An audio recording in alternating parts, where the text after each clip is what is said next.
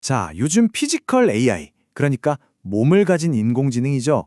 이 경쟁이 정말 뜨거운데요. 근데 다들 막 화려한 로봇의 몸에만 집중하고 있잖아요. 사실 진짜 전쟁은 우리가 못 보는 두뇌에서 벌어지고 있거든요.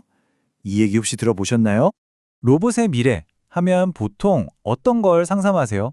아마 대부분은 뭐 더 정교해지고 사람을 쏙 빼닮은 그런 로봇, 그러니까 몸체의 발전을 떠올리실 거예요.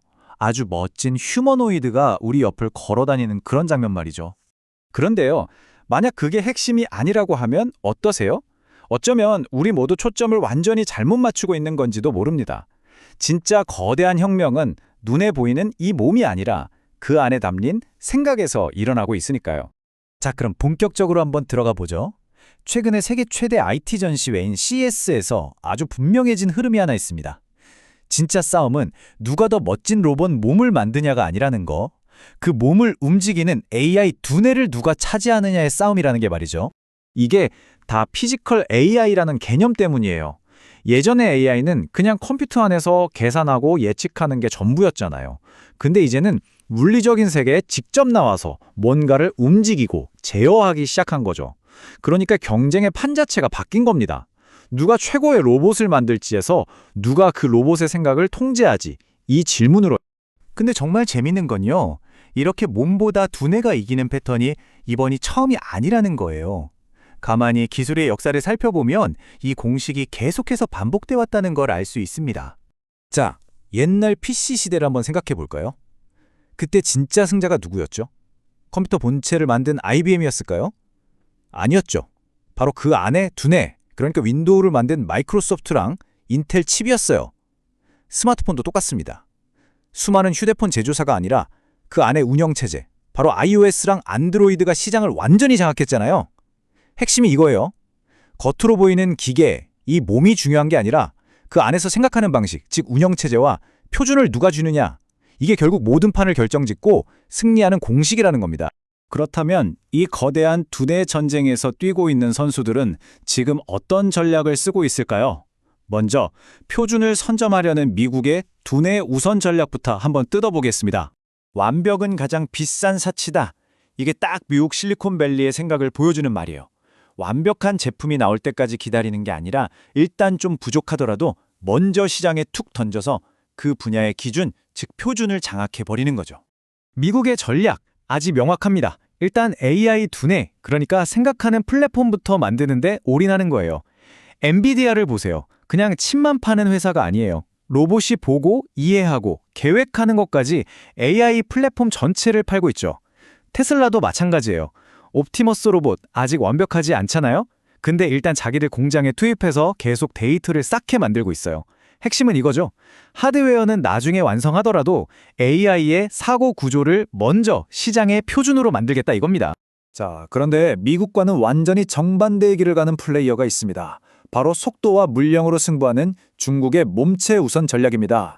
많이 움직이는 놈이 더 많이 배운다. 이 한마디가 중국의 실용주의를 그대로 보여줍니다. 일단 현장에 부딪혀 보자는 거죠. 그 과정에서 얻는 어마어마한 실제 데이터를 통해서 배우고 더 빠르게 발전시키겠다는 전략이에요. 중국은 속도랑 확산을 선택했어요. 유니트리 로보틱스 같은 회사들이 완벽을 기다리지 않고 로봇을 공장이나 물류 현장에 바로바로 투입하고 있습니다. 이걸로 엄청난 양의 몸의 데이터를 쌓고 있는 거죠. 강점은 명확해요. 현장 데이터의 양만큼은 누구도 따라올 수 없다는 거. 하지만 약점도 뚜렷합니다. 여러 회사가 막 각자 움직이니까 통일된 두뇌 표준 없이 기술이 조각조각 나뉘어버릴 위험이 있다는 거죠. 자, 그럼 여기서 질문이 생기죠. 미국과 중국, 이 두 거인 사이에서 우리 한국 같은 제조 강국들은 도대체 어떤 선택을 해야 할까요? 정말 중대한 기로에 서 있습니다. 지금 상황을 보면요, 미국은 AI 두뇌와 표준을 쥐고 있고 중국은 대규모 데이터를 쥐고 있어요. 그리고 한국은요, 자동차, 조선, 반도체, 세계 최고 수준의 몸을 만드는 제조 역량을 가지고 있죠. 이제 우리는 결정적인 질문에 답해야 합니다. 우리가 이렇게 잘 만든 완벽한 몸에 과연 어떤 나라의 두뇌를 얹을 것인가? 이건 그냥 뭐 어떤 기술을 쓸까 하는 문제가 아니에요. 이건 우리 산업의 미래가 걸린 국가 전략의 문제입니다. 그리고 솔직히 선택을 미루면 미룰수록 우리가 고를 수 있는 카드는 점점 줄어들 수밖에 없어요. 결국 이 모든 싸움은요, 누가 더 화려하고 멋진 로봇을 만드냐의 경쟁이 절대 아닙니다. 이건 미래 산업의 규칙, 그 자체를 정하는 AI 두뇌 표준 전쟁인 거죠. 경영의 구루 피터 드러커가 이런 말을 했죠. 가장 위험한 전략은 아무것도 변하지 않을 거라고 가정하는 것이다. 지금 우리 눈앞에서 바로 그 거대한 변화가 일어나고 있는 겁니다. 그러니까 꼭 기억해야 합니다.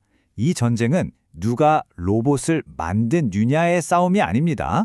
진짜 싸움은 바로 누가 그 로봇의 생각을 지배하느냐의 싸움입니다.